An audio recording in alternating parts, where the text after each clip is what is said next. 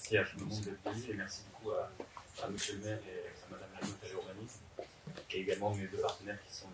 Guitard et Laurent Villaret. On est ici aujourd'hui pour vous expliquer la problématique qu'on a dans l'événementiel depuis le 1er mars sur nos salons d'immobilier et sur cette perte économique qui est que depuis mars, plus aucun salon physique se tient.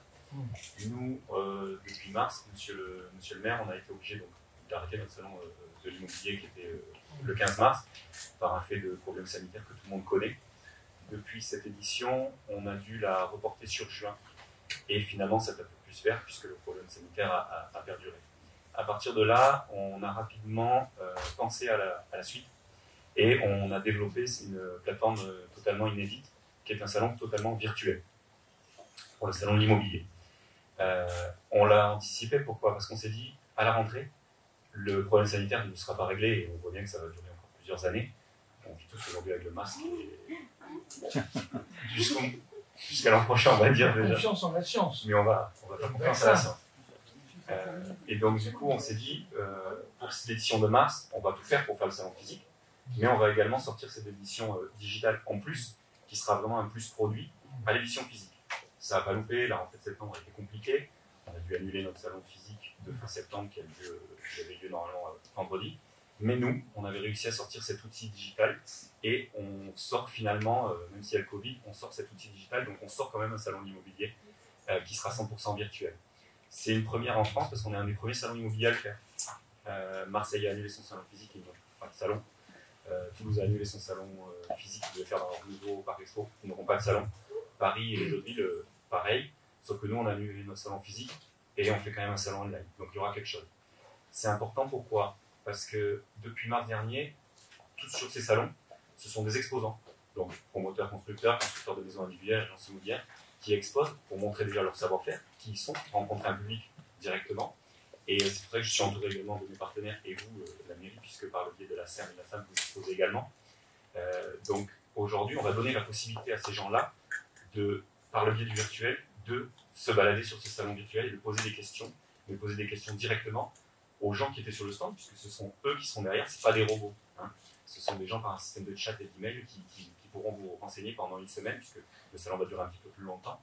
Et on voit bien après, maintenant, depuis qu'on a lancé ça, que les gens s'inscrivent, alors c'est assez rigolo, les gens s'inscrivent le soir, entre 21h et 2h du matin, on va dire après avoir mangé les enfants et couché les enfants, ils font un peu leur pige sur l'immobilier, alors là on traite vraiment d'immobilier, voir où ils veulent habiter, dans quel quartier, dans quelle ville, parce qu'on a quand même toute une région à proposer. Et à partir de là, on voit qu'ils se sont déjà préinscrits, donc ça c'est très important. Et du coup, ils vont venir vendredi se loguer sur cette page et ils pourront se balader dans tous les halls visiteurs et voir les stands de chaque exposant pour poser des questions. Tous les stands d'exposants ont été faits par l'exposant lui-même, c'est-à-dire que nous on a donné un accès d'administration et ils vont y mettre leur programme en cours, qui sont sur leur entreprise, des systèmes de site internet, des liens avec leurs réseaux sociaux, ça marche très bien, toute leur actualité. Et à partir de là, la personne pourra soit prendre de l'info pour rechercher, soit poser des questions et rentrer directement en contact avec le promoteur, le constructeur ou l'agent immobilier pour avoir toutes ces réponses et pour pouvoir après faire le choix de comment vivre et où vivre et pour investir. Donc aujourd'hui, on est assez fiers de vous le présenter et le mot d'ordre, c'est voilà, aujourd'hui on sort quand même quelque chose et un salon immobilier. Au niveau de la problématique Covid, c'est toute une économie, monsieur le maire, qui s'est quand même effondré depuis mars. Nous, on louait le Coran en mars, on louait le parc expo en septembre. C'est des halls aujourd'hui et des structures qui ne tournent plus. Donc c'est un manque économique pour la ville, pour la métropole. On faisait travailler énormément d'agences, d'exposants, de traiteurs, d'entreprises qui sont liées à la location de télé et autres, qui ne travaillent plus également depuis mars dernier. Tous ces gens-là sont en souffrance, on le voit bien avec tous nos fournisseurs. Maintenant, on se serre les coudes. On sort cet outil-là, donc on a réussi à faire travailler des agences et des startups dédiés et des développeurs. Donc ça fait quand même travailler une économie. Mais malheureusement, sur ce site internet, il n'y aura pas de pot d'accueil, de traiteurs qui pourront travailler. Mais on espère revenir à l'édition physique vivement l'an prochain. Et comme vous dites, on va faire confiance à la médecine. L'an prochain, pour les années à venir, cette plateforme dédiée va être maintenant un plus produit associé à tous nos salons immobiliers. On espère vraiment refaire les salons physiques, puisque tout le monde a envie de se rencontrer, poser des questions et renseigner la personne. Cet outil digital sera proposé systématiquement et sera en live en même temps que l'édition physique. La dernière chose que je voulais vous dire, c'est que depuis l'ouverture de cette plateforme, et par rapport au problème de Covid, on s'est ouvert à toute la France. C'est-à-dire qu'aujourd'hui, avec le Covid, on voit bien qu'il y a beaucoup de certaines grandes villes, d'ailleurs il y a eu un reportage sur l'Institut Capital le dimanche dernier, où il y a une désertification de certaines villes, parce que certains veulent changer de modèle économique et vivre ailleurs, par le biais du télétravail, ou travailler en entreprise 2 jours par semaine et travailler de chez eux. On voit bien qu'aujourd'hui, sur les inscriptions, on a beaucoup de Parisiens, on a beaucoup de Lyonnais, de Strasbourg, de Provence-Alpes-Côte d'Azur, qui a commencé à se connecter pour les vendredis. Donc, on va attirer une nouvelle clientèle. Ça, c'est important donc, pour vous, pour les données, et pour aussi nos partenaires qui, eux, vendent des appartements, des maisons, des terrains. On voit bien que tout ce problème lié à la crise sanitaire a fait que voilà, ça fait un grand changement dans tout le monde des salons économiques. Et on espère voilà, avoir cette nouvelle clientèle qui va venir présent sur ce salon. On vous fera après un débrief après le salon, de toute façon, pour vous donner vraiment tous les indicateurs à toute la presse et à tout le monde. Et voilà, on a pris des risques. Alors on les a pris entourés avec vous, la mairie de Montpellier, la métropole, entourés avec nos partenaires qui sont donc la SCFFB pour les maisons et la FPI, que je remercie.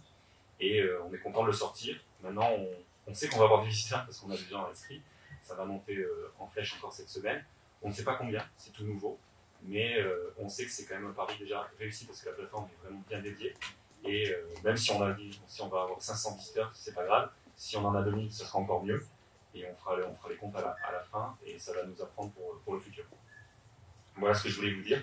Je voulais vous présenter la plateforme, mais pour l'instant, il y a un petit problème technique parce que c'est des liens de développement. Je vous enverrai à tous, parce que j'ai les mails de certains qui vont me voir, et sinon, il faudra me donner un email. Je vous enverrai à tous les photos de ce que vous voulez derrière, puisque là, pour l'instant, on ne peut pas se connecter, mais dès qu'on arrivera à se connecter, peut-être pendant la conférence, je vous montrerai vite fait le chemin pour voir comment on peut visiter un stand et le hall d'exposition. Je passe la parole en premier donc à mes partenaires. Je vais passer la parole à Céline Claire qui est juste à côté de moi pour la partie de CAFD. Bonjour. Qui aurait cru que le 20e salon de l'immobilier serait digital? Pas nous en tout cas.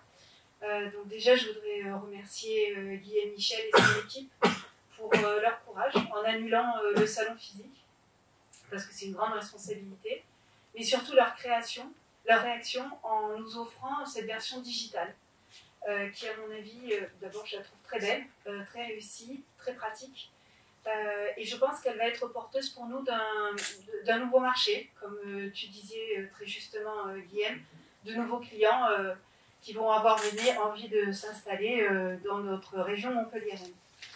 Et je voulais féliciter les aménageurs, promoteurs et constructeurs que je représente, qui se sont lancés dans cette aventure innovante, parce que c'est vraiment quelque chose de nouveau pour nous.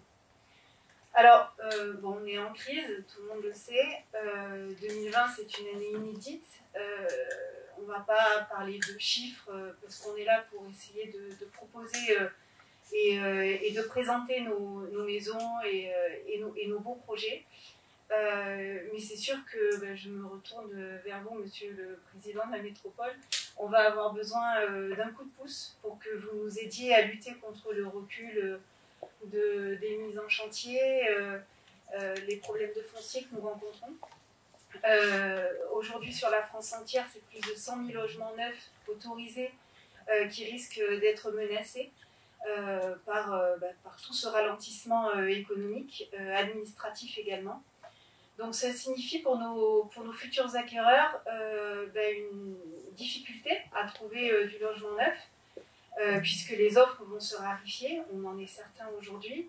Donc c'est l'occasion, par le biais de ce salon, d'investir maintenant, avant que les taux n'augmentent, avant qu'il y ait plus ou peu d'offres, puisqu'on sait qu'on va traverser quelques mois ou quelques années compliquées. J'espère que la métropole nous aidera à sortir plus vite les opérations pour que nous ayons plus de produits à proposer. Mais en tout cas, c'est le moment d'y aller. Je voulais aussi revenir sur les 30 ans du contrat de maison individuelle, parce que c'est le 20e salon, mais c'est également les 30 ans du contrat de maison individuelle, qui aujourd'hui a toute sa place dans le jeu, puisque, étant donné qu'on risque de rentrer en crise, qu'est-ce que de mieux qu'un contrat de maison individuelle pour protéger un client? Il n'y en a pas, puisque en fait, le contrat de maison individuelle, c'est la garantie d'avoir une innovation technique, architecturale, des choix dans le design de votre maison, dans la décoration, un accompagnement sur tous les plans, mais c'est surtout une sécurisation financière.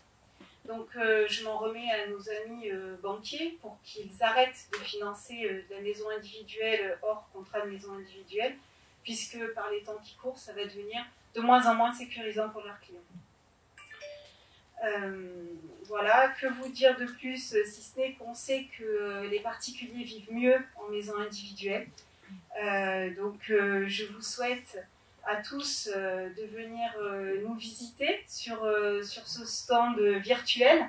Donc tout d'abord en chat et en message, et puis physiquement dans nos entreprises pour nous rencontrer, qu'on puisse vous présenter nos showrooms et toutes nos belles opérations. Bon salon. Laurent ? Oui, c'est bon.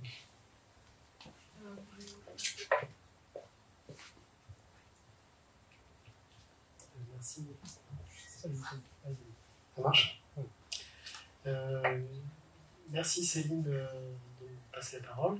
Je voulais évidemment, au nom de tous les adhérents de la FPI, remercier Guillaume Michel parce que on subit depuis quelques mois une crise sans précédent qui change complètement les rapports humains, les rapports à l'espace, les rapports au logement, les rapports aux espaces de travail. Donc le métier évolue, mais on sait aussi à Montpellier se redresser les manches pour trouver des moyens de communiquer et des moyens de continuer à alimenter notre offre et à montrer que la vitrine du logement neuf est toujours là.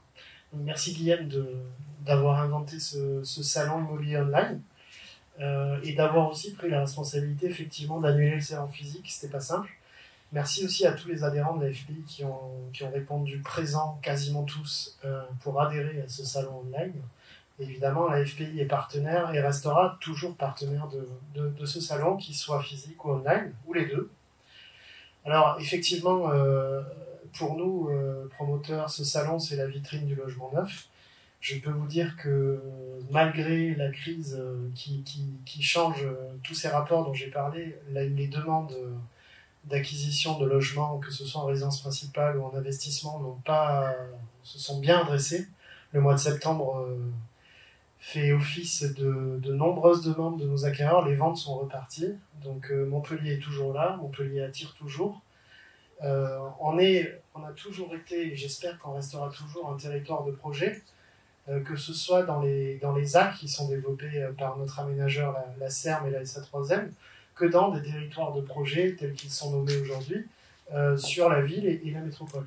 Voilà. Donc je peux vous dire que les projets de nos adhérents qui vont être mis en vente dans ce salon sont des projets toujours plus innovants, avec des logements économes, beaucoup de développement d'espaces communs dans les résidences, un renforcement parce que c'est un facteur d'attractivité aujourd'hui, de transition écologique dans nos opérations. Je prends quelques exemples d'opérations qui ont été livrées, notamment sur les ZAC Port-Marianne il n'y a pas longtemps, qui ont fait cet objet-là. Et je peux vous dire que vous allez être surpris. Alors, effectivement, on est dans une période où l'offre immobilière n'est pas assez élevée par rapport à la demande toujours en vigueur sur la ville et sur la métropole, et sur l'ensemble du territoire d'ailleurs de l'Aix-en-Provence-Roussillon. Donc effectivement, j'enjoins toutes les personnes souhaitant acquérir un logement de venir, parce qu'il n'y en aura pas pour tout le monde. Effectivement, je te rejoins Céline, les taux d'intérêt risquent de un petit peu monter, c'est bien dommage. Il faudrait dire à nos amis banquiers qui régulent un peu leurs taux et qui donnent un petit peu plus de respiration à ceux qui n'ont pas les moyens et qui ont besoin de se loger en résidence principale. Donc voilà. J'en profite également pour vous dire que, d'ailleurs toujours en partenariat avec Guillaume, la FPI va lancer une plateforme de vente en direct pour les logements qui sera mise en ligne bientôt, qui s'appelle la vitrine du neuf, acheter son logement en circuit court, qui est totalement digitale, qui sera ouverte direct opérateurs, promoteurs, et sur laquelle avec Guillaume on va bientôt discuter pour essayer de faire des ponts entre ce site qui sera opérant toute l'année et évidemment ce salon immobilier online qui serait bien intéressant de faire perdurer. Voilà, bon salon à tous en tout cas et merci.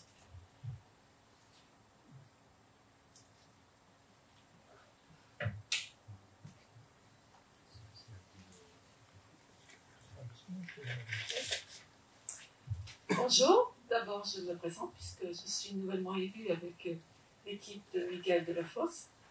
Nous avons eu le 28 juin l'avantage, on va dire, de nos électeurs qui ont choisi notre programme, et notre programme fait partie avec beaucoup d'ambition de la part de l'équipe qui est en place sur de nombreuses compétences, en particulier l'urbanisme.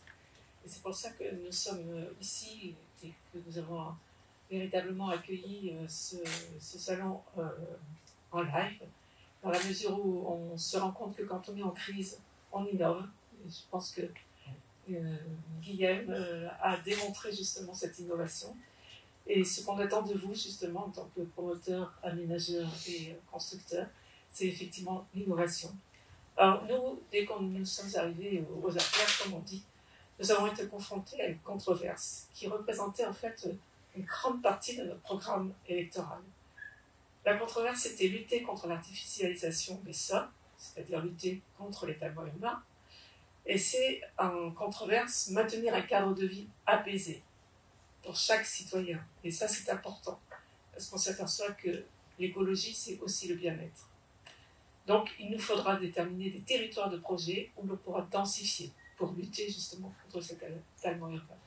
Donc, c'est à vous et à nous qu'appartient la lourde tâche de trouver l'emplacement du curseur entre cette ville apaisée et cette densification. Alors, notre volonté politique, c'est de tendre d'ici quelques temps, je ne vais pas dire 1 an, je vais dire 2 ans, mais quand même assez rapidement, vers une ville qui est raisonnablement dense, c'est-à-dire, par exemple, accepter que l'on ait des immeubles de 21 mètres de haut, mais pas partout. On aura un œil attentif sur la préservation de tout ce qui est espace planté, et les arbres en particulier. Notre programme compte 50 000 arbres supplémentaires à planter, mais ça ne veut pas dire qu'il faut arracher ce qui existe, sinon il faudra planter encore plus que 50 000 arbres. Nous arriverons aussi à essayer de densifier là où il existe déjà des équipements publics et là où les ZAC seront organisés, avec un programme de vente acharné, beaucoup plus rapide qu'il n'est aujourd'hui, pour vous permettre, en tant que promoteur, de pouvoir trouver justement du foncier à des prix acceptables. Aujourd'hui, on se rend compte, et les chiffres qu'on a parlé ce matin avec M. Villaret, les chiffres nous démontrent qu'il y a pratiquement beaucoup plus de construction en diffus que dans les ZAC. Dans une ville telle que Montpellier, ce n'est pas acceptable. Alors notre volonté politique aussi, c'est de faire une ville inclusive. Inclusive, c'est-à-dire qui évite la segmentation sociale de logement. Nous devons trouver du logement social partout, et on ne doit pas densifier là où il y en a déjà. Par contre, cela nous demande de travailler sur le foncier. Et la surenchère foncière qu'il y a aujourd'hui sur le foncier est catastrophique. En fait, chaque promoteur a une ambition sur un projet, ce qui est louable. Mais par contre, les propriétaires qui veulent vendre, eux aussi ont des ambitions, et en fait, ils vendent au plus offrant. Ce qui fait qu'on a une surenchère foncière catastrophique, avec quelquefois, on en a parlé ce matin, des habillages de prix apparents qui laissent croire que le prix est correct, alors qu'en fait, quand le logement se vend, il se vend à 4 500 € du mètre carré à Montpellier, c'est pas possible non plus. Le logement, on l'a dit ce matin, le logement qui soit social, qui soit abordable, qui soit familial, locatif, d'accession ou de placement, doit représenter une offre équilibrée sur l'ensemble du territoire de la métropole pour pouvoir répondre à toutes les classes de la population. Et aujourd'hui, on a une tendance à avoir des coûts fonciers et des coûts de construction qui excluent une partie de la population. Et dans une ville comme Montpellier, ce n'est pas acceptable. Nous devons donc repenser un projet urbain, repenser des usages du territoire, et on doit retravailler sur les quartiers pour les gens qui y vivent et pour ceux qu'on va accueillir. Parce qu'il n'est pas question non plus de refuser la population qui vient s'installer sur Montpellier. Alors nous avons aussi l'ambition de faire une ville sobre, vous l'avez dit tout à l'heure, avec le fait de promouvoir un territoire avec une économie circulaire, avec des circuits courts, avec la proximité des espaces verts, en réduisant les îlots de chaleur. Ça, c'est une démarche écologique qui appartient à notre programme et que nous avons l'ambition de mettre en place avec vous. Une ville évolutive et résiliente, c'est-à-dire capable de faire face aux crises et aux chocs, tels que par exemple le Covid, mais pas uniquement, et capable de se redévelopper sur elle-même, et une ville performante de territoire. Et là, c'est à vous que je fais appel, dans la mesure où on est dans une gouvernance apaisée. Monsieur le maire l'a signalé plusieurs fois pendant sa campagne, et c'est une ambition qu'il veut mettre en place encore aujourd'hui. Et nous sommes toujours en quête d'innovation permanente. Alors, comment travailler avec vous? Tout simplement, refuser le fatalisme, être dans une dynamique de politique affirmée. Tout ne pourra pas se faire immédiatement, on a parlé ce matin. Mais il faudra qu'on le mette de façon progressive en place. Parce qu'en fait, notre PLUI, c'est-à-dire le document stratégique qui va donner les règles, ne pourra être opposable malheureusement qu'à partir de 2023. Parce qu'il y a eu beaucoup de retard qui a été pris dans la mandature passée. Donc nous sommes confrontés au fait que nous avons des études à refaire et nous avons surtout notre politique à nous à mettre en place. Donc 2023, c'est très loin. Il faut que préalablement, pendant ces 3 ans à venir, nous travaillions ensemble à faire beaucoup de pédagogie vis-à-vis des promoteurs pour que nos références soient mises en place dès maintenant. Alors nos références, c'est l'anticipation pour éviter de subir, parce que ça c'est le pire des fléaux, la maîtrise foncière, qui est un outil indispensable, et le dialogue. Le dialogue, c'est la réussite du projet. Et cette réussite, on ne pourra la faire qu'avec vous, bien évidemment. Nous sommes dans une période donc, de transition, puisque d'ici 3 ans, ce document sera applicable, mais il faudra qu'on ait travaillé ensemble avant. Et cette transition, elle doit être écologique, solidaire et sociale. Et également spatiale. C'est pour ça que nous allons revenir sur la programmation des ZAC. Alors, vous l'avez compris, mon ADN, vous ne l'avez peut-être pas encore compris, mais vous allez me découvrir. Mon ADN, c'est la résilience, l'anticipation et la prospective. La résilience, c'est agir aujourd'hui en tenant compte de ce qu'on a vécu préalablement. L'anticipation, c'est faire aujourd'hui, mais en préparant le moyen terme.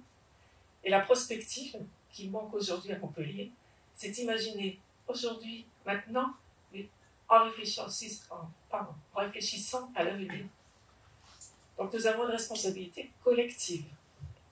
Nous avons le devoir collectivement, vous, les acteurs du territoire, et nous, les politiques, d'assurer une production constante et durable pour répondre qualitativement et quantitativement, socialement parlant et écologiquement parlant, aux besoins des habitants qui sont ici et ceux qui viendront.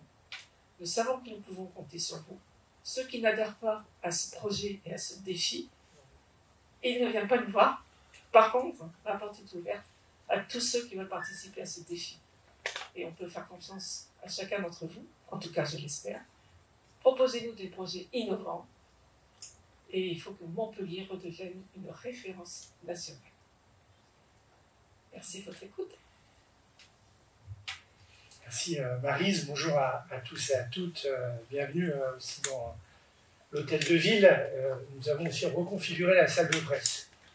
Évidemment, ce pupitre là, B2B, là, on a pris un peu de hauteur, on verra, mais voilà. Je voudrais saluer Guillaume Michel et évidemment la présidente, M. le Président de la FPI, pour cette initiative. J'entends vos mots. Avec beaucoup de maires, nous sommes actuellement en dialogue parce que la filière de l'événementiel est sans doute la filière la plus en danger actuellement. Elle n'est d'ailleurs pas soutenue par le gouvernement dans les choix du plan de relance. Elle est en train d'être les oubliés des oubliés. Je suis obligé de le dire, on voit que sur un certain nombre de secteurs, il y a du soutien et là la filière est en très très grande difficulté. Voilà, on est bien conscient de cela. Vous le savez, vous le savez, pas obligé de le savoir, mais par exemple pour le quorum, on a mis en place un fonds d'assurance pour pousser des acteurs à reprogrammer au quorum pour que si jamais ils annulent, eh bien on prend en charge les annulations. Voilà, on va essayer d'envoyer des messages de confiance. d'espoir, en espérant, je me suis permis de vous reprendre, que le temps viendra où un vaccin arrivera et très rapidement on pourra protéger la population et retrouver une vie un peu normale, je ne dirais pas la vie d'avant, mais une vie un peu normale. Et c'est vrai que là, c'est très difficile et souvent on est sur la crête entre les événements qu'on maintient, ceux qu'on annule, ceux qu'on pense annuler, finalement on arrive à maintenir parce que les gestes barrières sont en rendez-vous. Et il faut qu'on maintienne les choses parce qu'il faut donner de l'espoir, il faut donner de la confiance. Et vous savez, à tous ceux qui sont dans le tissu économique, c'est un facteur psychologique essentiel, la confiance. Et dans les crises, il y a des moments, il y a deux stratégies. Il y a une stratégie où on tombe, la crise, la déprime, c'est fini. Et il y a des moments où on se réinvente, où on innove. Et là, en vous écoutant, c'est bien le mot innovation qui est au rendez-vous. Parce que finalement, on aurait pu se résigner en se disant, on ne fera pas de salon, on attend, on stocke les biens, et puis quand ça va repartir, ça repartira plus belle. Et donc là, d'offrir une e-édition du salon de l'immobilier, parce qu'il est connu cet événement, c'est un rendez-vous d'habitude, je le resitue quand même, au Parc Expo, dans son hall, en mars au Quorum, c'est un rendez-vous traditionnel, important dans la vie de notre ville, de notre territoire, à la fois pour les acteurs qui travaillent, et évidemment pour les potentiels acquéreurs qui ont des projets de vie, des projets d'investissement. Et vraiment, je voudrais d'abord saluer cela parce que en créant ce salon de l'immobilier online ou e-salon, vous faites partie de ceux qui innovent et de ceux qui ne se résignent pas. Et je crois que c'est une très bonne chose pour l'ensemble de la filière de savoir que le salon existe. On ne sera pas en présentiel, on sera en distanciel, comme on dit. Et je le mets au rang des nombreuses innovations qu'on a rencontrées.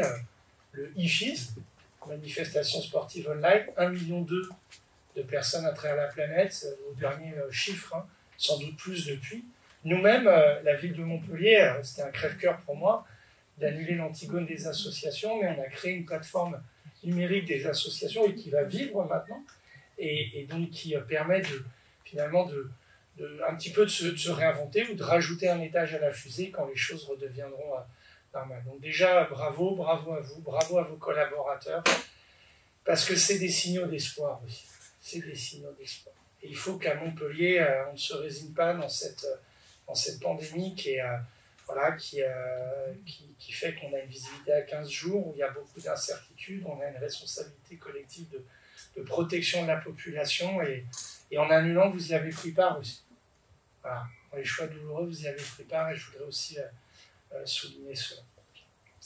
Ensuite, je ne doute pas du succès de cette édition online, parce que je sais que beaucoup d'opérateurs proposent des produits qui vont rencontrer des investisseurs, qui vont rencontrer des gens qui ont un projet de vie, qui ont une épargne, qui saisissent encore les opportunités des taux bas. Espérons que ça demeure quand même un peu, et qui vont permettre d'acheter un bien immobilier. C'est un jeune ménage, c'est des retraités qui font le choix de se relocaliser à Montpellier ou qui se positionnent dans la métropole selon le cadre de vie qui leur convient le mieux, et vous faciliter cette mise en relation. Et c'est important, c'est un rendez-vous traditionnel qui compte dans la vie montpelliéraine, et qui est souvent un moment de vie, parce qu'acheter un bien immobilier, c'est un choix de vie. Ensuite, je voudrais profiter de ce temps pour avoir quelques propos sur les enjeux de la ville de demain, parce que la crise nous questionne aussi. Et d'abord, j'espère que vous avez tous apprécié la grande clarté, la qualité du propos et la grande hauteur de vue de Maryse Faye, qui est mon adjointe en tant que maire à l'urbanisme dans cette présentation. En effet, Maryse a pris cette très belle délégation que j'ai eu l'honneur d'exercer il y a longtemps, d'élu en charge de l'urbanisme, et elle a posé les quelques jalons qui nous animent et qui sont indispensables pour l'avenir. Les visions de court terme sont des visions faciles, mais qui nous mettent après au pied du mur. Facile d'urbaniser ici une parcelle, de faire un coup sur le prix d'un terrain, de construire. Mais enfin, si l'investissement qu'on promet à des jeunes ménages ou à des investisseurs en région parisienne ou ailleurs qui ne voient pas et que finalement ils ne s'inscrivent pas dans un projet de quartier, dans un projet de ville, c'est une vision de court terme de facilité. Ça n'est pas une ville belle, ça ne crédibilise pas la profession que vous représentez, dans laquelle vous vous impliquez, qui accompagne le projet urbain. Et donc, il est très important qu'on retrouve des visions de long terme. Et Maryse Faye-à-la-Ville, Coralie Mention à l'échelle de la métropole ont cette responsabilité de redéfinir des stratégies de long terme. Montpellier fut l'expression d'une vision d'urbanisme dont ce bâtiment, par sa localisation et le long du Lez, est emblématique. Et ce n'est pas Patrick Michel, ici présent, je voudrais aussi saluer, qui me démentira. Et il faut qu'aujourd'hui, au regard des valeurs écologiques, de solidarité, de qualité de vie, de sobriété, nous soyons capables de fonder un nouveau récit autour des enjeux d'urbanisme et d'aménagement. Ce nouveau récit, c'est forcément un projet éminemment politique, avec un grand P, c'est-à-dire quelle ville nous voulons, où voulons-nous habiter. Et donc, celui-ci se définissant, et je vais venir aux temporalités, et bien après, il y a les professionnels qui accompagnent cette définition de projet qui doit être lisible, qui doit être claire, parce qu'évidemment, ce sont ceux qui investissent et ceux qui accompagnent les investisseurs qui ensuite font du projet de ville. Et quand nous n'avons pas de vision de long terme, quand nous n'avons pas d'exigence, eh bien, nous ne faisons pas un urbanisme qui tire la ville et le territoire vers le haut, qui n'est pas à la hauteur des enjeux de l'époque. Montpellier peut donner des leçons, mais peut aussi en recevoir. Et il y a des territoires où il n'y a pas de vision, et d'ailleurs ces territoires sont tristes, sont banals, et on n'en parle pas, et ça finit en général en une de Télérama sur la France moche, à laquelle il ne faut surtout pas céder, c'est-à-dire une vision d'hyper court terme. Et donc, il y a des enjeux. Et je veux saluer Maryse et vraiment dire qu'elle a toute ma confiance pour porter ça, pour dialoguer avec la profession, pour réussir ce pari. En effet, Montpellier, il y a eu des élections municipales et ces questions d'urbanisme et d'aménagement ont été au centre du débat démocratique. Nous ne sommes pas une équipe qui a dit on arrête tout. Loin de là. Loin de là. Car nous sommes bien conscients qu'il y a aujourd'hui des jeunes ménages qui ont envie d'acheter un bien dans leur propre ville. Nous avons bien conscience qu'il y a des gens qui ont des projets de ville qu'il faut accompagner, qu'il y a des gens qui obtiennent un travail ici grâce au dynamisme de nos entreprises et qui ont envie de s'installer. Nous en sommes extrêmement conscients et extrêmement attentifs à cela. Mais nous devons impérativement l'inscrire dans un projet. Et donc ce projet, il faut qu'on y travaille. Maryse a parlé du PLUI, a parlé aussi des retards de ce document qui aurait dû, selon moi, être engagé en 2014. Bon, c'est pas, peu importe. Mais nous devons travailler à ça. Et donc, l'engagement de l'équipe que j'ai l'immense honneur de conduire sera au rendez-vous du projet urbain et d'un récit d'aménagement. D'ailleurs, il y a des choses, et je salue M. Pérez ici, et je lui passe aussi un message très clair. Il faut, au regard de la crise et de l'urgence, parce que l'enjeu de l'emploi est essentiel, que nous augmentions notre programmation en ZAC. Il s'est passé un phénomène qui a marqué, nous, le débat démocratique. Les gens voient des immeubles poussés partout, n'importe comment dans la ville. Et en effet, pour la première fois, à Montpellier, il y a eu plus de construction de logements dans le diffus que dans les zones d'aménagement concerté. Alors que les zones d'aménagement concerté sont des territoires de projet, où une pensée s'est exprimée, souvent de très grands urbanistes, d'architectes, fruit d'un dialogue. Et qu'aujourd'hui, dans le contexte de crise qui est le nôtre, et nous avons beaucoup de ZAC à l'œuvre, eh bien, il faut être capable de répondre assez rapidement, et c'est là que ça doit se passer. Il y aura une seconde temporalité, qui est celle vers laquelle nous reviendrons qui est d'identifier les nouveaux territoires de projet dans lesquels nous allons inviter à construire des projets de ville qui seront, je l'espère, des projets de ville. Je vais prendre un exemple Parmi d'autres, mais un emblématique qui me tient à cœur. Enfin, pas qui me tient à cœur, qui est le mandat que j'ai reçu des électeurs. C'est la ZAC Pagésie. En effet, vous le savez, il existe à Montpellier ce qu'on pourrait appeler la ville nouvelle, et puis le centre historique millénaire. Et nous savons qu'il existe un nœud, qui est le polygone.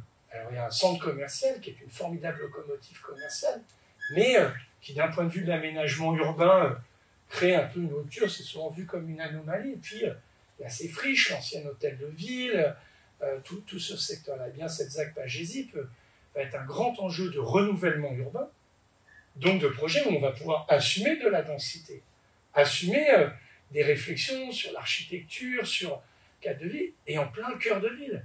Donc un autre rapport à la voiture, qui sera là extrêmement occasionnel, parce que les gens vont vivre à proximité des commerces et qui participera aux requalifications du centre-ville et qui répondra sans doute à des demandes d'investisseurs qui souhaitent vivre dans l'hypercentralité de la métropole. Voilà un exemple que nous voulons conduire. Et donc, nous avons cette responsabilité de travailler sur des nouveaux territoires, des nouveaux espaces de projet, qui arrivent à la fois à maîtriser la croissance démographique, car elle doit être maîtrisée, elle n'est pas à l'infini. En tout cas, moi, je ne suis pas de ceux qui pensent qu'elle doit être à l'infini. Elle doit être sobre, maîtrisée et répartie, je vais en dire un mot. Et donc, travailler sur ces territoires de projet qui participeront à la fois à répondre à des défis urbains, ici, la revitalisation du centre historique de Montpellier, qui verra aussi la végétalisation de la comédie, tout ce qu'on a défendu dans notre programme, et puis qui participera à tirer la ville vers le haut, mais aussi dans d'autres quartiers, d'autres secteurs de la métropole, sur lesquels on aura l'occasion de revenir. Et puis s'ouvrira une troisième échéance et discussion, qui est très importante pour vous, qui est l'affaire des frontières. Qu'est-ce que l'affaire des frontières? Ben nous, on est 31 communes. Moi, je suis président d'une intercommunalité de 31 communes. Mais nous avons un vrai sujet de dialogue avec nos voisins. Et il y a en ce moment un contexte très favorable. Nous avons beaucoup envie de nous parler. J'ai vu récemment le président Rossignol, hier j'ai échangé longuement avec Yvon Bourrel, j'ai vu le président Alabarbe, François Comène, Michel Arouy, qui fait un truc remarquable avec la dépollution de ces sites sur Frontignan. J'étais au téléphone tout à l'heure avec le maire Bert, lui il est dans la métropole, mais on évoquait les 8 minutes en TER pour rejoindre l'hypercentre de la métropole. Nous avons envie de nous parler pour essayer de travailler et d'élaborer une stratégie, finalement, avec à l'échelle de notre aire urbaine. Parce que le bassin de vie de Montpellier, il est extrêmement important. Et vous avez fait référence, M. Michel, tout à l'heure, aux conséquences de habiter après le confinement. Et on voit bien qu'il va y avoir des demandes nouvelles de type de localisation. Et moi, je suis frappé de voir qu'à 40 km de Montpellier, il y a des communes qui perdent des habitants. Le lot des voies est un sujet, et je parlerai avec Gaëlle Lévesque prochainement, avec la présidente de région. On a un projet qui permettrait de redynamiser aussi cet espace où il y a des choses. Tout comme nous allons travailler à relocaliser, relocaliser, des choses très bien qui se font, mais aussi à travailler sur le développement économique du nord de la métropole pour pouvoir travailler à cette stratégie. Et donc, vous voyez, notre approche, c'est pour ça que je voulais rendre hommage à cette vision-là. Elle est stratégique, parce qu'il y aura d'autres salons de l'immobilier. Il y aura, et j'espère en présentiel, il y aura d'autres stratégies. Mais il ne peut y avoir de bons salons de l'immobilier que s'il y a des bons projets urbains, que s'il y a des visions d'équilibre, que s'il y a des visions stratégiques. Et ça, c'est notre responsabilité. Et une fois que nous sommes capables d'énoncer cela de manière claire, et ça va venir, eh bien, nous pouvons accompagner. Tout comme tout à l'heure, je terminerai là-dessus, parce que je sais que c'est très important, ce sujet. Maryse Faye est déléguée à la maîtrise foncière. Coralie mentionne est déléguée à la maîtrise foncière. Ce sont des intitulés qui peuvent apparaître complexes aux néophytes. Ce sont des intitulés stratégiques, fondamentaux. Qu'est-ce que c'est que la maîtrise foncière?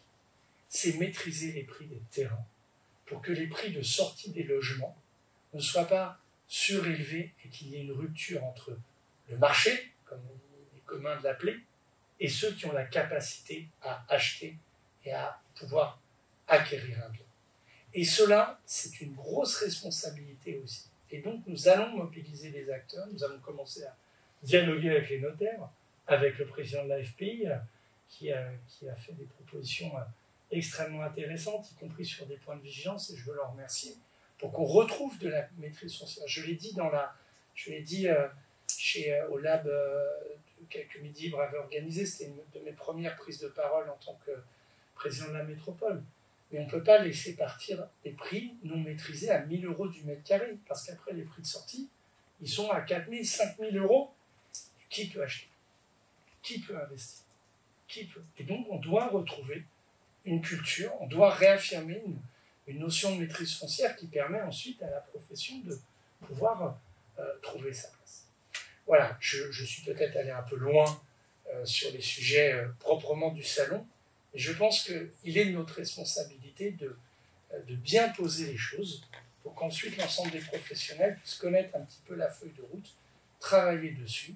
Je pourrais vous parler aussi de la nécessité et de l'accompagnement qui sera le nôtre, je voudrais le dire, pour réfléchir aux formes d'habiter. On voit bien qu'aujourd'hui, on a des sujets, tout le monde va avoir un vélo à Montpellier, puisqu'on va avoir une politique très volontariste sur le vélo. Le temps n'est pas aux 2 fois 3 voies infra-urbaines. Et le temps est à la mise en sécurité des cyclistes. Et donc, on voit bien qu'il va falloir accompagner ces usages. On voit bien que le confinement vous faisiez référence, Madame la Présidente, à des formes d'habitat. Et on voit bien qu'on va avoir davantage besoin d'immeubles traversants, parce que ça a révélé des choses. Et donc, ça nous renvoie à de grandes responsabilités. Et à une qui a marqué notre slogan de campagne, je le reprenais, solidaire, écologique, laïque et innovante. Et nous devons être un territoire d'innovation. Et nous savons que nous ne pouvons le faire que s'il y a un dialogue fructueux, fécond, avec l'ensemble des professions. Vous l'avez filmé, tout ça là? Bon, ben voilà. Parce que d'habitude, on explique ça à l'ensemble des professionnels. Alors là, c'est du journaliste. Merci beaucoup. Alors, entre-temps, du coup, la plateforme remarche. Je vais montrer deux petites choses. Donc, les gens se lancent sur cette plateforme. Ils arrivent très simplement sur un accueil que vous voyez à l'écran, qui est comme un accueil physique, où ils pourront poser des questions, télécharger des guides, en nous envoyant un email très, très simplement. Ça, c'est donc l'accueil du salon comme un accueil physique. Et ils pourront également aller dans les halls d'exposition que vous voyez, qui sont catalogués par code couleur. On va aller par exemple prendre dans un hall d'un promoteur. Vous voyez, tout est en dynamique et en 3D. On voit bien, donc là il y a à peu près 9 promoteurs qui sont présents. On va aller sur le stand, je prends par exemple Bacotech, et son stand voilà, est digital avec un avatar, on appelle ça. L'avatar derrière, on peut lui poser une question. Et derrière, ce sont les équipes apparemment de Jean-Marc Villard et de Bacotech qui seront derrière pour répondre à toutes les questions. On peut leur envoyer un email, on peut télécharger des PDF de leur plaquette programme. On peut également lancer une vidéo de leur vidéo de programme qui sont hébergées sur YouTube. Et on peut également voir des photos, des galeries photos de leur projet et échanger par chat. Le chat est ici. On voit actuellement qu'il y a tous ces gens-là qui sont en ligne pour des essais, on fait des tests en ce moment encore. Et ensuite, si Bacotech n'est pas disponible ou que vous voulez aller voir Cogim, vous retrouvez le stand de Cogim sur la même formule. Alors il y en a qui ont pris c'est comme les salons physiques, hein. On a des stands classiques et il y a certains promoteurs qui mettent des stands un peu plus importants parce qu'ils ont un peu plus de programmes et autres. Donc tous les stands ne se ressemblent pas. On va par exemple aller voir un stand qui est celui de... je reprends alors les promoteurs. Je vais aller voir par exemple, je sais que celui-ci a été mis en ligne ce matin, c'est pour ça que je vous le montre. Voilà, on a toute la liste des promoteurs qui sont derrière. On va par exemple aller voir le stand de Urbat qui lui a été fait sur mesure à la volonté du client Urbat. C'est un univers différent. Mais après, toutes les fonctionnalités sont les mêmes. Vous voyez, le chat est ici. On peut cliquer sur Aurélien Baja et parler avec Aurélien Baja. Voilà comment s'argumente en fait cette plateforme digitale. Et le mot d'ordre, donc ce que je disais, c'est que ce sont vraiment tous les gens que vous aviez habituellement sur le Parc Expo ou au Quorum ce sont ces gens-là qui vont se retrouver derrière. C'est pas des robots, c'est vraiment des gens qui ont pris des permanences au niveau des commerciaux pour vous répondre sur leur programme et sur tout ça. Donc toutes ces images, on peut vous en envoyer si vous en avez besoin pour certains articles presse. Et nous, on est très fiers voilà, de le sortir, et je réagis au propos de monsieur le maire.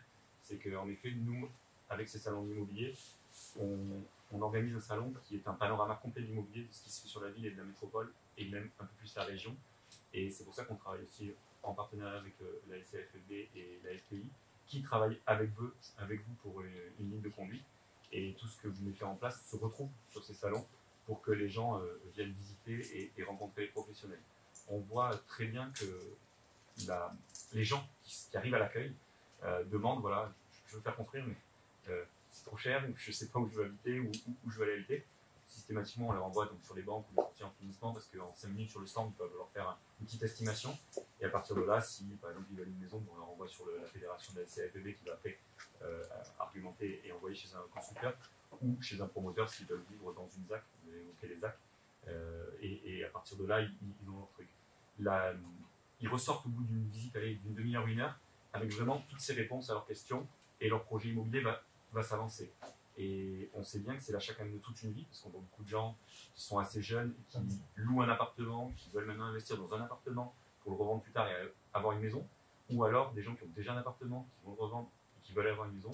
Et la dernière prise de parole que je prendrai, c'est en effet le Covid a fait certaines choses, mais il faut repenser l'habitat de demain, et ça c'est aux fédérations de le faire, en accord avec les villes.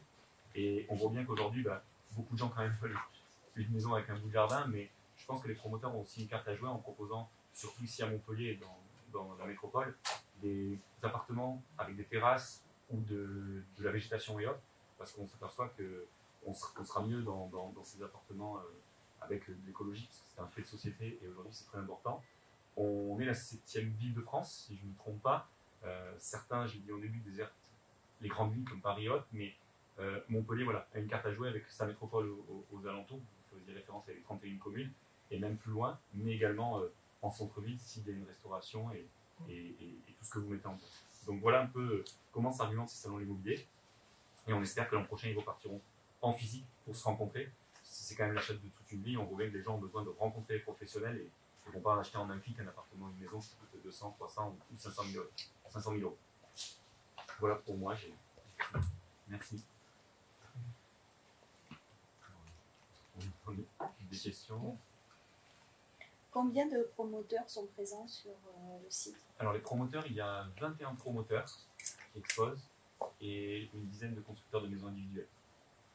Il y a aussi les agents immobiliers qui proposent de la location, du neuf ou de la rénovation, et il y a aussi les conseillers en fédération, donc on parlait des notaires, qui sont là également pour renseigner les gens, et il y a des courtiers banques en financement qui seront présents.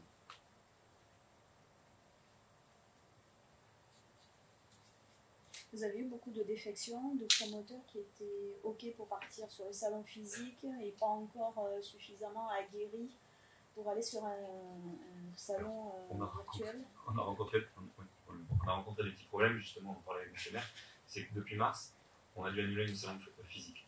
Mars, celui Quorum représente 110 exposants.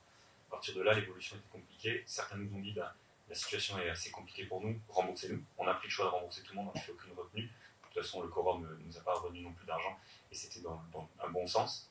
À partir de là, on a perdu quelques promoteurs, constructeurs de maisons. Certains nous ont dit garder l'argent pour juin, puisqu'on devait le décaler à juin. Quand juin ça a été annulé, que ça commençait à évoluer dans le mauvais sens, certains nous ont demandé encore des remboursements. Mais la majeure partie des gens nous ont suivis, nous ont dit on garde et on se met sur septembre. Et à partir du moment où septembre on a annulé, on avait fait signer des avenants, en fait, tout simplement, en disant qu'on lançait cette plateforme. À 95%, tous les exposants nous ont suivis. Et après, c'est là où on proposera des choses et on apprend de ces dossiers, c'est que certains n'étaient pas équipés en fait, dans leur propre agence, il y en a qui font tout eux-mêmes, il y en a qui ont des agences de communication et autres, et on les a aidés, c'est-à-dire que nous, avec le salon, on les a aidés pour remplir leur stand, tout ça. Ce sont des choses qu'on verra plus tard, parce qu'il y en a, ils se débrouillent eux-mêmes, c'est-à-dire qu'ils viennent sur le salon de l'immobilier en physique, ils viennent avec leurs meubles qu'ils prennent de leur bureau, ils les mettent pendant 3 jours, ils les reprennent, on voit de tout.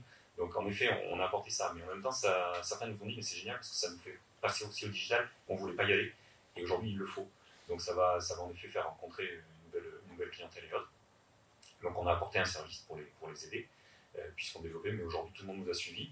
Alors certes, on a perdu un peu d'exposants par rapport depuis mars, parce que quand même, il y en a qui ont peut-être des difficultés, donc comme on disait, le secteur de l'événementiel est très compliqué, mais nous on a annulé, les constructeurs, les promoteurs et autres ont peut-être eu aussi des défections, donc il y en a qui n'ont pas voulu participer, c'est de leur choix, nous on n'a jamais forcé personne à faire les salons immobiliers, les gens viennent, ils sont libres de venir ou de pas venir, tous les ans tout le monde n'expose pas, même si la FPI est partenaire, ils sont plus de 50, tous les 50 promoteurs n'exposent pas, c'est le choix de chacun quand même, hein, il faut savoir. Et puis à partir de là, voilà, on fait des salons, en général ça se passe plutôt bien, mais voilà un petit peu le parcours qu'on a eu depuis mars. Du coup, est-ce que le budget engagé par chaque promoteur pour cette édition digitale est du coup moins élevé que le coût qu'ils engageaient pour l'édition physique? Oui, il est beaucoup moins. On a par exemple, je vais vous donner un budget classique, c'est pour un salon physique, nous on loue donc le Corob pendant une semaine entre le montage, l'exposition et le démontage. Un 9 mètres carrés se loue à peu près 2500 € une surface pendant 3 jours. Sur un salon online, il n'y a plus de surface en mètre carré. On a juste fait faire une participation de 1000 €, donc il y a déjà un delta de 1500 €. C'est pour ça qu'aujourd'hui, ils se sont tous dit on y va, on suit, on prend les risques. Déjà, ils nous ont suivis, ça j'apprécie beaucoup, tous les exposants qui nous ont suivis et nos partenaires et vous aussi avec la ville. C'est que voilà, on a tous pris des risques. Et comme j'ai dit tout à l'heure, on aura peut-être 500 visiteurs, 600 ou 10 000 ou 5 000. C'est peut-être un peu moins fun que le FIS ou que l'Antigone des associations, mais ces gens-là sont des gens de qualité et qualifiés, c'est-à-dire qu'ils ont un vrai projet derrière. Donc les gens qui vont se connecter ont vraiment envie, ils ont un projet, donc c'est ça aboutira derrière. Et en plus, on a envie de venir s'installer à Montpellier ou dans notre métropole. Oui. Combien vous avez de visiteurs inscrits pour l'instant? Pour l'instant, on a 850 inscrits. Mais la campagne de com, et comme c'est du digital, c'est du live, les gens sont en train de flasher le QR code et Il y a la lecture des journaux de moi ou tout à l'heure. Et on aura peut-être plus, voilà, grâce à cette conférence, on aura plus. Mais ce qui est important, c'est que, par exemple, je suis communicant, mais on a fait des posts sponsorisés sur Facebook ou Instagram ou autre. On a fait un post national où on a mis un peu de budget. On a quand même 345 000 impressions écran, c'est très important. Et on a 2600 clics derrière, qui n'ont peut-être pas abouti, mais on voit que ça arrive de partout en France. Donc c'est des données nouvelles qu'on va apprendre à digérer après. Et aujourd'hui, voilà, c'est en train de monter. Tous les soirs, on a 100 exposants, 100 visiteurs de plus, parce que les gens, c'est ce que je disais tout à l'heure, s'inscrivent le soir entre 21h et 2h du matin pour faire leur pige. Donc voilà, on va voir et on fera les comptes à la fin et on vous donnera toutes les informations. Du coup, il y a une application ou c'est juste un site? C'est sur le site, vous cliquez sur le site du salon immobilier. Non. Tout est, en fait, on a fait une plateforme dédiée qui est juste un site internet. Vous pouvez vous-même vous connecter pour aller visiter dès vendredi à 10h. Pour entrer juste votre nom, prénom, une tranche d'âge, une ville, parce qu'on vous aura un petit peu des informations. À partir de là, vous êtes totalement libre de vous balader comme j'ai montré tout à l'heure. Et c'est tout, c'est 100% gratuit. On n'a jamais fait payer de toute façon les salons immobiliers physiques et même digital. Et ça, c'est important. Donc voilà, on va voir dans les jours à venir. Et puis, on appelle ça du one shot, c'est-à-dire que les gens voient, cliquent, s'inscrivent et font le tour un petit peu sur le salon. Oui. Depuis la digitalisation un petit peu forcée de l'événementiel ces derniers mois, on constate que sur ce type de solution, il y a deux problématiques principales. C'est un, de garantir du trafic aux exposants, chose à laquelle vous semblez répondre. Et deux, c'est gérer le taux de no-show le jour J. C'est-à-dire que vous allez avoir des gens qui vont s'inscrire sur une période d'une semaine, 10 jours, et qui ne seront pas nécessairement présents sur la période. Est-ce que vous avez mis en place une stratégie pour rappeler à ces gens leurs rendez-vous, leurs engagements, leurs venues, etc. Oui. Comment est-ce que vous organisez ça? Oui, alors tous les contacts qui ont été inscrits depuis fin août, maintenant qui s'accélèrent, on a une base de données qui est réceptionnée tous les soirs. Donc c'est 850 inscrits que je vous ai dit tout à l'heure, on a leur mail, on les a déjà rentrés dans une base de données. À partir de demain, parce qu'on ne veut pas non plus les perturber, parce que c'est embêtant de recevoir toujours des newsletters et autres, on sait tous. À partir de demain, on va leur faire un J-3, où on va leur envoyer déjà le guide visiteur, où il y a dedans les citos du maire, de Laurent Villaret, de Céline Guittard, de nous, pour leur faire comprendre, et avec la liste des exposants pour qu'ils préparent leur visite. Et à J-1 aussi, et le jour J. Donc on va essayer de pallier à ça. En même temps, on prend des risques, comme on vous a dit, les fédérations et les exposants ont pris les mêmes risques que nous. Voilà, on espère le plus possible, on fera les comptes un peu à la fin, mais on a mis en place cette stratégie-là.